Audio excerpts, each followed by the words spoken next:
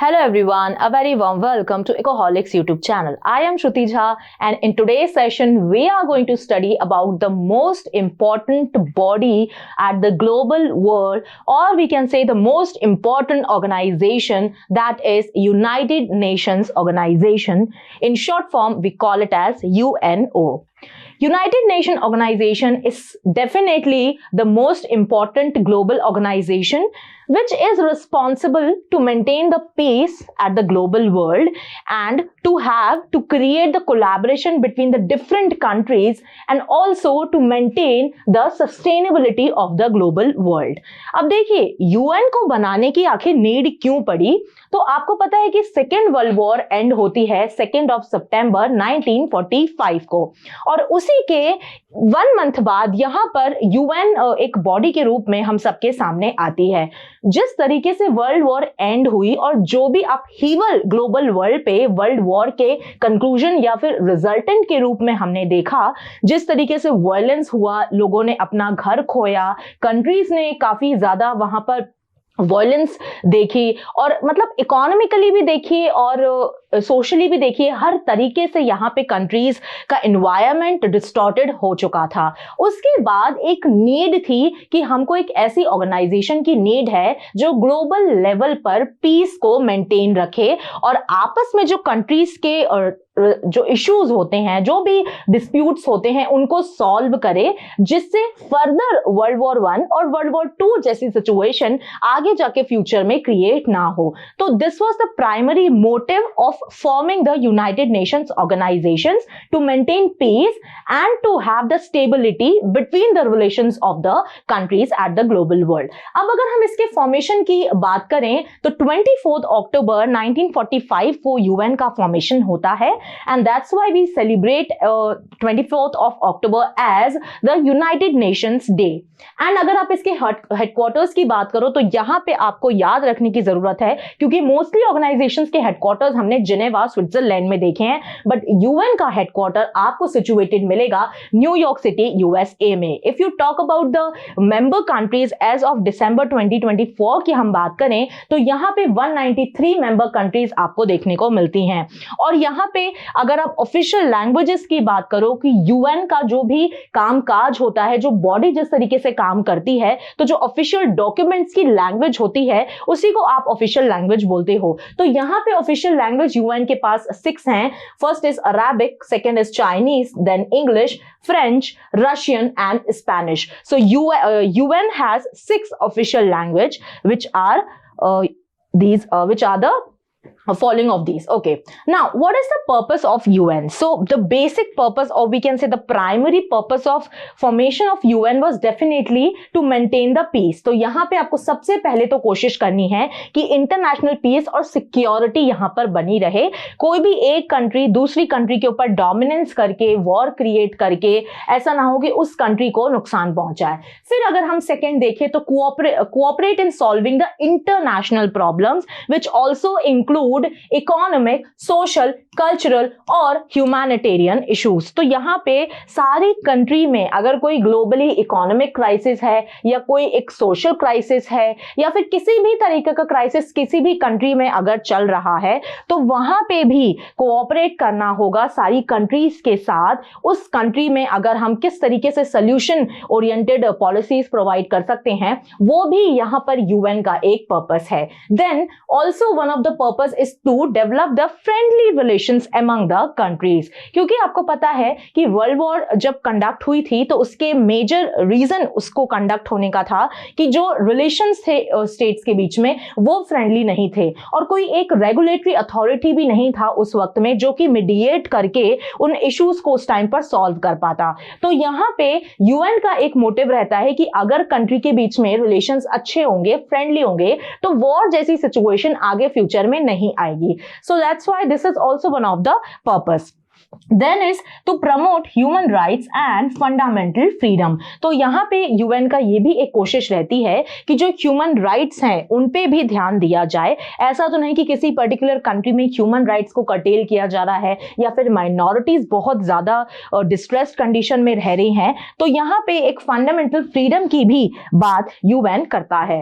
अब अगर हम आगे देखें कि what is the structure of the United Nations, तो यहाँ पे आपको बहुत सारे डिफरेंट बॉडीज काम करती हैं यूएन में। सबसे फर्स्ट जो बॉडी है वो होती है हमारी जनरल असेंबली। तो यहाँ पे सारी कंट्रीज जो भी मेंबर्स हैं, as of now we talk about 193 member countries are there in UN. So all the 193 countries will be sitting at the General Assembly and each country will have one vote. तो जो भी वहां पर issue के बारे में बात हो रही होगी, डिस्कशन हो रहा होगा, डिबेट हो रही होगी, उसके बाद उस पर वोटिंग होती है और सारी कंट्रीज इंडिविजुअली अपने अपने वोट्स बताती हैं कि हम इसके फेवर में हैं या फिर हम अगेंस्ट में हैं या फिर हम कुछ भी नहीं कहना चाहते। आप भी ये न्यूज में देखते होंगे कि डेफिनेटली जब मीटिंग्स कंडक्ट होती हैं तो उसके बाद वोटिंग क्राइटेरिया भी हमारे सामने आता है कि किसने इस इशू के सपोर्ट में वोट किया और किसने इस इशू के अगेंस्ट में वोट किया है।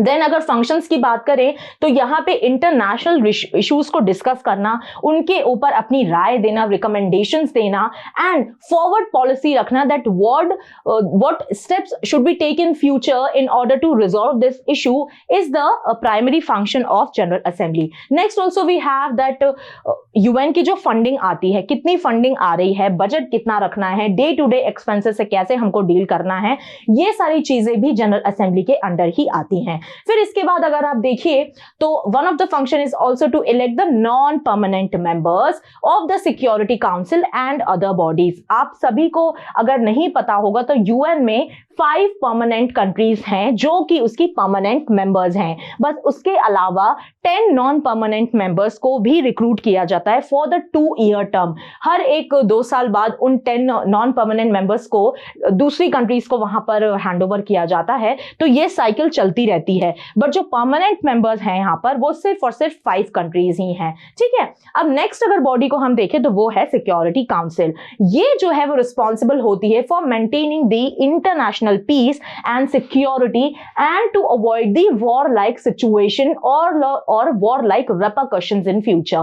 तो यहाँ पे सिक्योरिटी काउंसिल जैसा नाम है वैसा ही इसका काम है कि भाई सिक्योरिटी आपको मेंटेन रखनी है पूरे ग्लोबल वर्ल्ड में। इसी के साथ साथ अगर मेंबर्स की आप बात करें तो यहाँ पे 5 परमानेंट मेंबर्स सिक्योरिटी काउंसिल के पार्ट होते हैं, जिसमें से जो कंट्रीज यहाँ पर परमानेंट हैं वो है एक तो US, UK, China, France and also the Russia. तो यहाँ पे 5 परमानेंट मेंबर्स आपको देखने को मिलते हैं, China, France, Russia, US and UK. ठीक है, इसी के साथ साथ अगर आप देखो तो 10 नॉन परमानेंट मेंबर्स भी यहाँ पे सिक्योरिटी काउंसिल का पार्ट होते हैं और वहां पे अगर आप देखो तो 2-year टर्म के लिए इनको यहाँ पर इलेक्ट किया जाता है। अगर आप अभी रिसेंट के इलेक्टेड मेंबर्स को कुछ अगर हम नजर डालें तो उसमें से सोमालिया, पाकिस्तान, पनामा, डेनमार्क और ग्रीस यहाँ पे 2025 से लेके 2026 2-year टेन्योर को लेकर सिक्योरिटी काउंसिल में as a non permanent member serve करेंगे। अब अगर हम नेक्स्ट बॉडी देखें तो यहाँ पे इकोसॉक भी एक यूएन की बॉडी है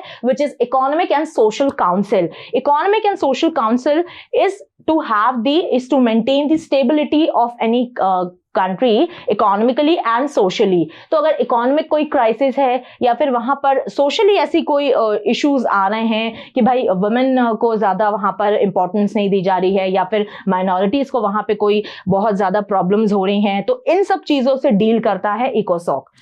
So the focus is sustainable development, health, education and human rights। तो यहाँ पे human rights के साथ साथ आपको education पे भी ध्यान देना है, health पे भी ध्यान देना है और sustainable development पे भी ध्यान देना है। तो इकोसॉक जो है वो different organizations के साथ मिलके काम करता है, जैसे कि आपके हो गए वर्ल्ड बैंक, उसके बाद आपका हो गया यूनेस्को और IMF। तो इन ऑर्गेनाइजेशंस के साथ मिलके काम करता है इकोसॉक। और सिमिलरली अगर आप एक और बॉडी की तरफ यहाँ पे नजर डालो तो the next body is international court of justice. ये काफी फेमस रहती है और ये काफी ज्यादा न्यूज में भी रहती है। आपको पता है कि this body principal body is situated at the Hague, Netherlands. तो इससे रिलेटेड भी बहुत क्वेश्चन आता है कि आईसीजे कहां पर सिचुएटेड है। इसी के साथ अगर हम अभी रिसेंट यहाँ पे जज देखें कौन अपॉइंट हुए हैं, तो यहाँ पे जज नवाब सलाम जो कि लेबनान के हैं, ये यहाँ पे अभी करंट प्रेसिडेंट हैं ऑफ द आईसीजे। अब देखिए आईसीजे का काम होता है कि कोई भी अगर कंट्रीज में डिस्प्यूट्स चल रहे हैं, कोई भी इशू है या फिर कोई कंट्री किसी के ऊपर केस लगाती है, कोई भी इनको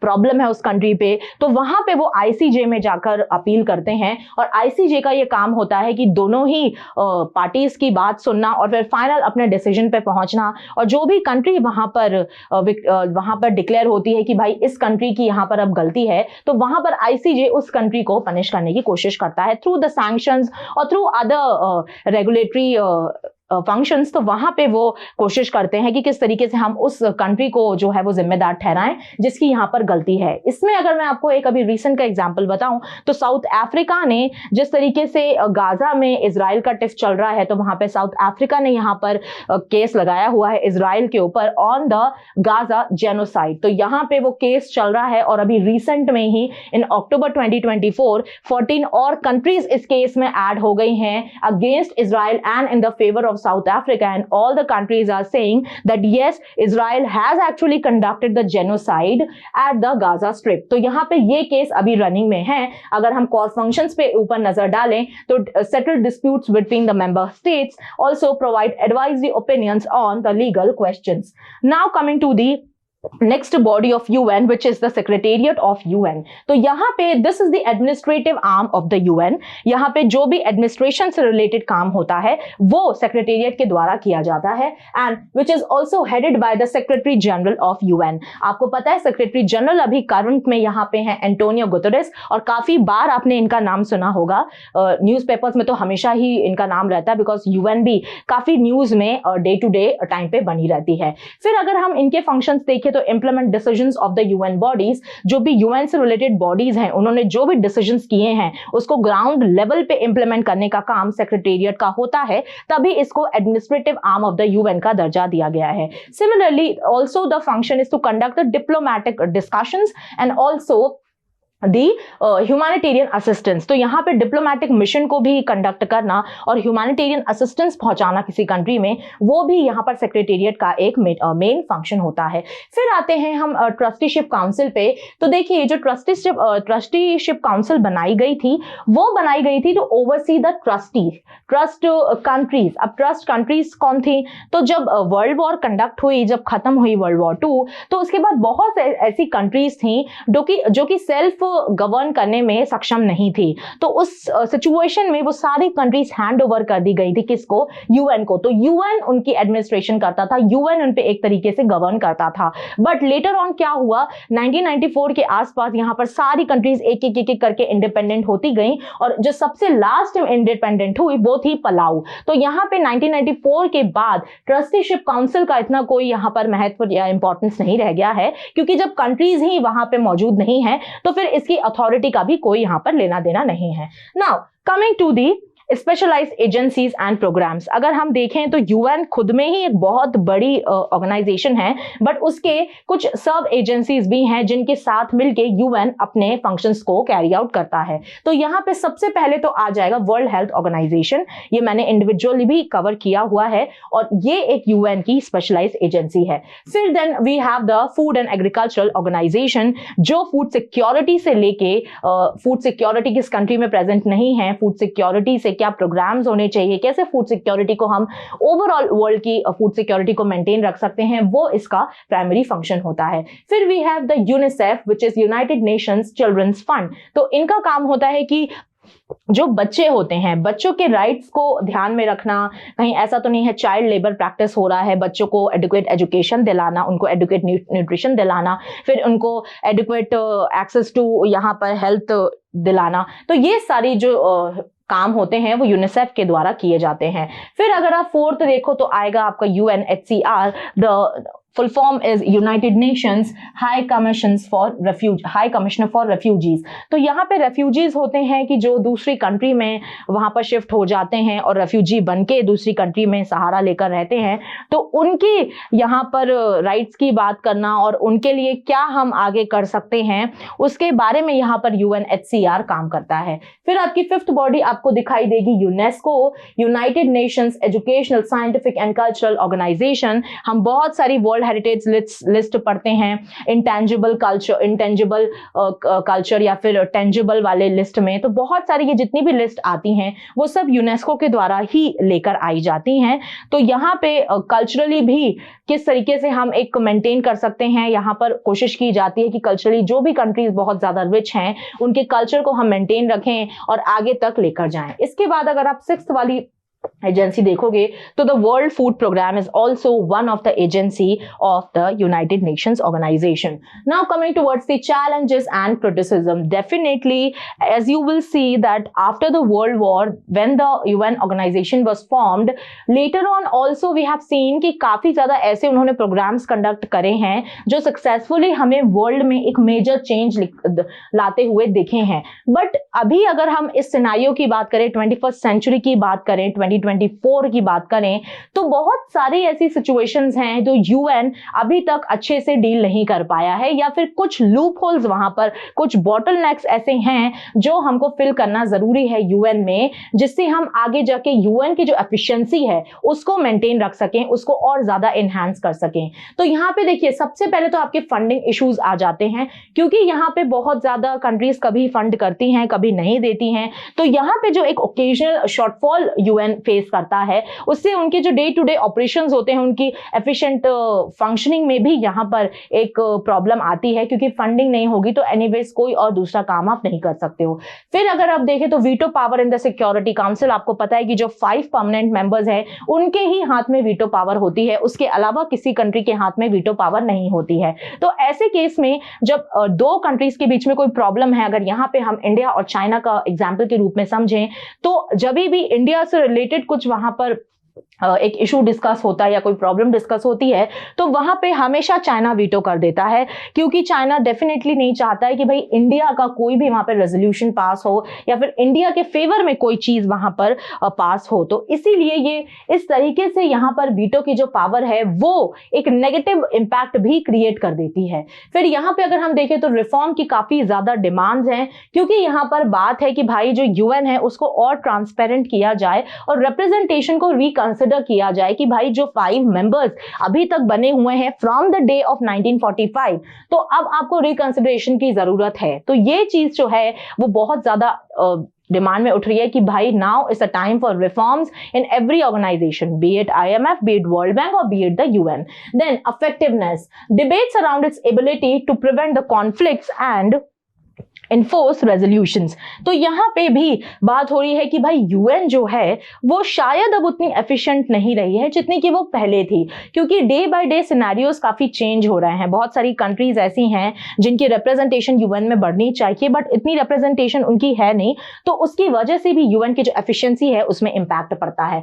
अब हम बात करते हैं एक मेजर इशू के ऊपर जो कि आपको बहुत ज्यादा न्यूज में सुनने को मिलता है, that do India deserves a seat at UN, that to the permanent one. तो definitely the answer is yes, we do deserve a permanent seat at the UN और हमको मिलनी भी चाहिए। देखिए बहुत सारे रीजंस हैं कि क्यों इंडिया डिजर्व करता है यूएन में परमानेंट सीट। इसके पहले अगर मैं बताऊं कि यूएन की सीट परमानेंट क्यों नहीं थी, तो जब यूएन का फॉर्मेशन हो रहा था तब भी हमको सीट ऑफर करी गई थी, बट वहां पर उस टाइम के रिप्रेजेंटेटिव्स जो हमारे इंडिया के थे, जो लीडर्स थे, उन्होंने उस टाइम पे ये जरूरत समझी नहीं कि इंडिया को यूएन जैसी किसी बॉडी को चेयर करने की जरूरत है, और वहां पर चाइना को सीट ऑफर करी गई कि हमारे बदले में आप जो है वो ये सीट रख लीजिए। और आज हम उस चीज को बहुत ज्यादा करते हैं, सोचते हैं उस बारे में कि काश अगर हमें उस टाइम पर सीट मिल गई होती तो हमारे हाथ में भी पावर्स होती, जैसा जो पावर्स आज चाइना एंजॉय कर रहा है। अगर हम अभी इस बात के इस रीजन के बारे में बात करें कि इंडिया एक्चुअली डिजर्व क्यों करता है सीट,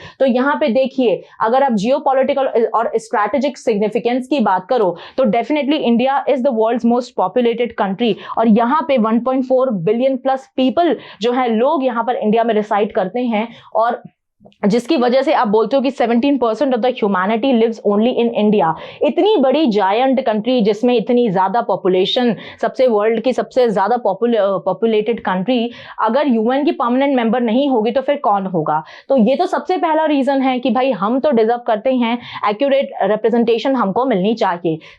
उसके बाद अगर हम इकोनॉमिक और मिलिट्री पावर की बात करें तो देखिए यहाँ पे अगर आप इकोनॉमिक टर्म्स में बात करो तो अगर आप यहाँ पे नॉमिनल जीडीपी की बात करो तो India is the 5th largest, and अगर आप पीबीपीपी के टर्म्स में बात करो तो वहां पे हम 3rd लार्जेस्ट रैंक पर दिखाई देंगे। ठीक है, तो इकोनॉमिकली भी हम अब काफी ज्यादा डेवलप हो रहे हैं। सिमिलरली अगर आप मिलिट्री स्ट्रेंथ की बात करो तो यहाँ पे इंडिया के पास 4th लार्जेस्ट मिलिट्री है पूरे वर्ल्ड में। तो इकोनॉमिकली भी देख लीजिए, आप मिलिट्री स्ट्रेंथ के वे में भी देख लीजिए, तभी भी हम बहुत ज्यादा स्ट्रांग हैं। ठीक है, उसी के साथ अगर आप ऑनगोइंग कॉन्ट्रीब्यूशंस की बात करो तो India has been and still is the one of the most biggest contributors towards the peace keeping missions, और यहां पर हम काफी ज्यादा अपने आर्मी मेंस और अपने आर्मी पर्सनल्स को पीस कीपिंग मिशंस के लिए यूएन में सेंड करते हैं। तो यहां पे यूएन के लिए भी हम काफी ज्यादा रिप्रेजेंटेटिव हैं फ्रॉम द डे वन। तो this is also one of the most important reason that why India deserves a permanent seat at the UN. Then also the regional stability,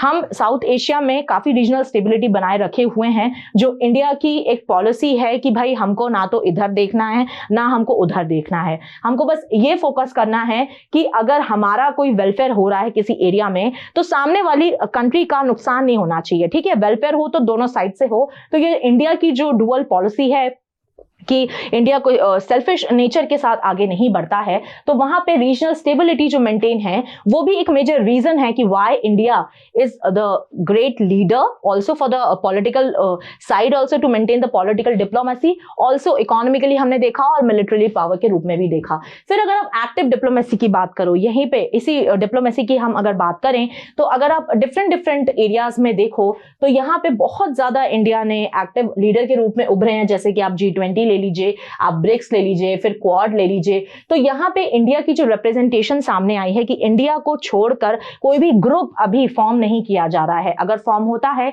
तो इंडिया की रिकंसिडरेशन वहां पे जरूरी है कि भाई इंडिया को तो पार्ट बनाना पड़ेगा। तो यहाँ पे जो ये ग्रुपिंग्स की वजह से हमारे डिप्लोमेटिक एक रिलेशन सारी कंट्रीज के साथ अच्छे बन रहे हैं, तो वहां से भी बहुत इंपॉर्टेंट हो जाता है कि हमको सीट जो है वो यूएन पे मिलनी चाहिए। फिर अगर आप देखो तो अंडर रिप्रेजेंटेशन ऑफ एशिया, सिर्फ और सिर्फ चाइना को ही वहां पर परमानेंट सीट मिली हुई है। इंडिया हो गया, जापान हो गया, ये भी एशियन कंट्रीज हैं, बट यहाँ पे इनको कोई रिप्रेजेंटेशन नहीं दिया। तो यहाँ पे एशिया का जो है वो अंडर रिप्रेजेंटेशन हो रहा है। ठीक है, एक दो कंट्रीज तो डेफिनेटली और होनी चाहिए वहां पे यूएन में परमानेंट सीट में। ठीक है, फिर अगर हम देखें कि सपोर्ट यहाँ पे कौन सी कंट्रीज इंडिया को करती हैं कि India do deserves a seat, तो यहाँ पे देखिए France is there, Russia, UK and the US. तो ये चारों ही कंट्रीज यहाँ पर इंडिया के सपोर्ट में खड़ी हुई हैं कि yes we should give a permanent seat at the UN to India.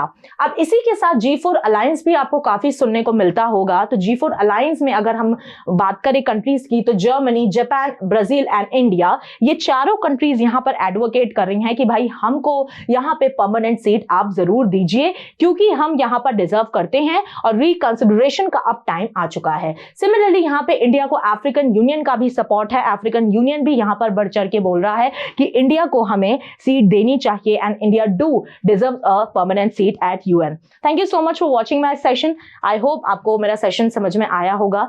Don't forget to subscribe to our channel Ecoholics. Till then पढ़ते रहिए, खुश रहिए। जय हिंद, जय भारत।